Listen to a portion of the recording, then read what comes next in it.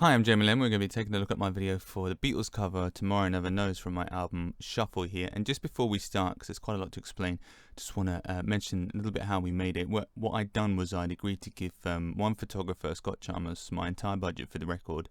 He would follow us around, shoot the shows, make the promos, all that kind of thing. But I was very aware of taking the mickey out of him because it's a lot of work and I'm very ambitious and I got a million ideas. So if left to my own devices, I would have had him directing 100 feature films for me. So what I decided to do was leave Scotty wholly in charge of the videos for the singles, the ones that we were sending to radio, the ones that were going to be released that people could buy on their own. And then if there was any other videos, while Scotty was editing these main videos, should we say, and taking photos of other bits and bobs, I sort of thought I could tackle the little side ones, if we wanted to put out something, not necessarily as a single, just as a little teaser for the record, a little deep cut, something that wasn't a single, but something we still wanted to put on YouTube and on the platforms, then maybe I could handle those.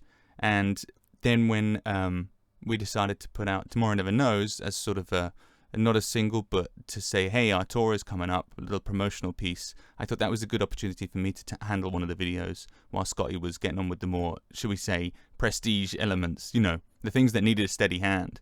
And I knew we had this big show in London coming up, the Road to Lenmania, and I thought, well, great, Scotty's coming along to that anyway to shoot a bunch of BTS stuff. So if he's already there, then I can get him to film some of the show, and then I'll have that live footage, and then I can go home and mess about with that. So Scotty did actually shoot a little bit of this, the live stuff, but the rest of it is all me.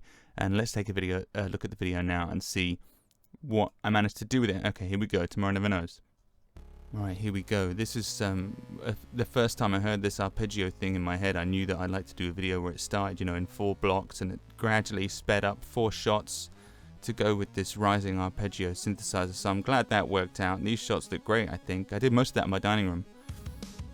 And here's some of the live footage, and I did all these animations. I mean, this video cuts so fast it's going to be tough to talk about all the different bits, but basically, if we take this live footage here, well, it's gone off it now. This was shot in the sound check to the Road to Lenmania show in London, and I feel bad about it because, I don't like to hog the sound check. It's bad if a main band hogs the sound check and doesn't let the support bands get a long sound check. I used to hate that when bands would do it to us, but I took an extra 10 minutes or maybe even 15 minutes after we'd done our sound check and we knew everything sounded cool to film this video, and I feel, to this day, I feel so bad about it because, I didn't need to be up there. I should have got off the stage and let the support acts have their sound check, but I said, look, can I just have another 10 minutes to film a video? And they said, yeah, that's fine, but really, that was bad of me, so sorry, guys.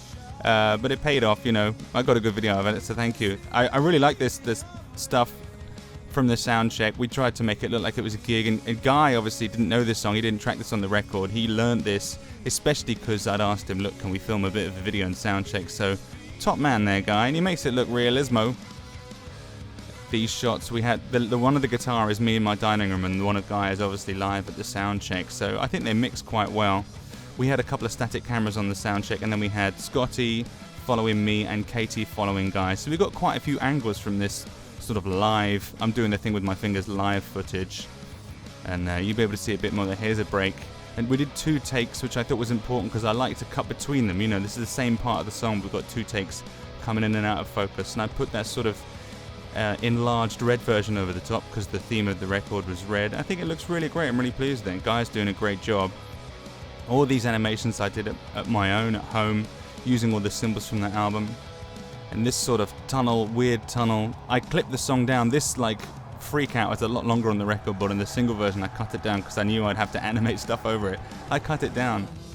This stuff is me in my dining room on a chair with a lamp shining very brightly on me, and I think I had a towel around my neck to disguise my neck, and I put the animated weird Doctor Who corridor around it. One of my managers said that this is what he sees in his dreams. And these shots in the 4 bars here, the first 3, the guitar, my face, and the drums, the snare, was me in my dining room, and only the one on the right is Guy. That's my paunch playing my drums in my dining room. That's not Guy's paunch, so I feel like I should apologize to Guy. But I don't think you can tell. I put a sort of a filter over the top of it, and I think they match quite well. I don't think you could tell which one was actually live and which the ones in my dining room. So basically, apart from the live footage, I did most of this in my dining room and on my computer. And I think the best thing you can say about it is that it doesn't really stick out that all those elements are that different. I think it meshes together quite well. It's obviously not quite as good quality as something like She Bop or Killer that Scotty did on his own. I'm quite proud of it, and I love the song, and I think the video does it justice. Oh, there's all the logos and my shuffle tour, which is too late, but it was a great tour. There you go.